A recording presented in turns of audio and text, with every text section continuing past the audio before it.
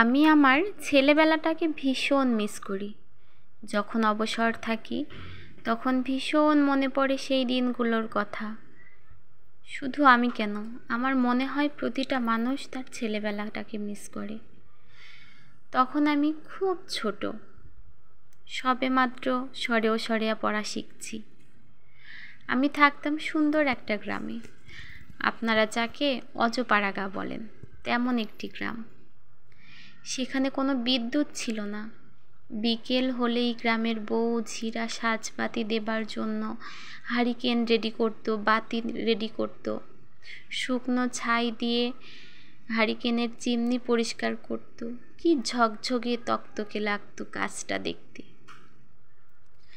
কাঁচা রাস্তা, মাঝে মাঝে ঘন বন, বাড়ির সামনে বড় একটা নদী, আর গ্রামের মানুষের সহজ সরল জীবনযাপন। আহা, কতই না মধুর ছিল দিনগুলি।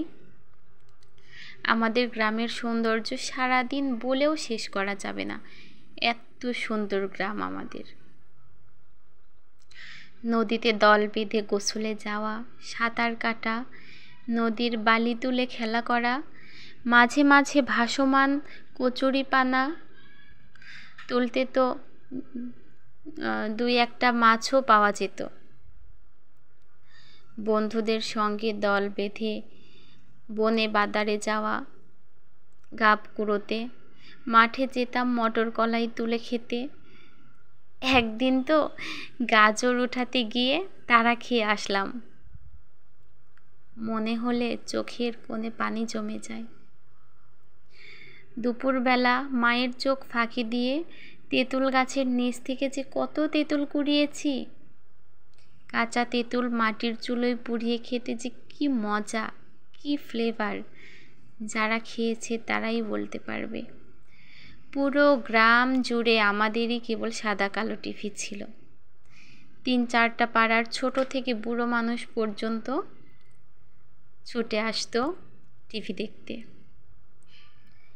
আমাদের বাড়ির বড় উঠোনটা ভরে যেত।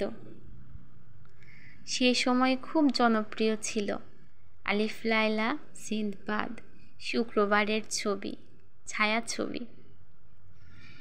সবার কত উচ্ছ্বাস। সেই দিন কি আর ফিরে পাবো? কেবল আক্ষেপ করে কাটাতে হবে। সেই সোনালি অতীত, তুমি ফিরে এসো।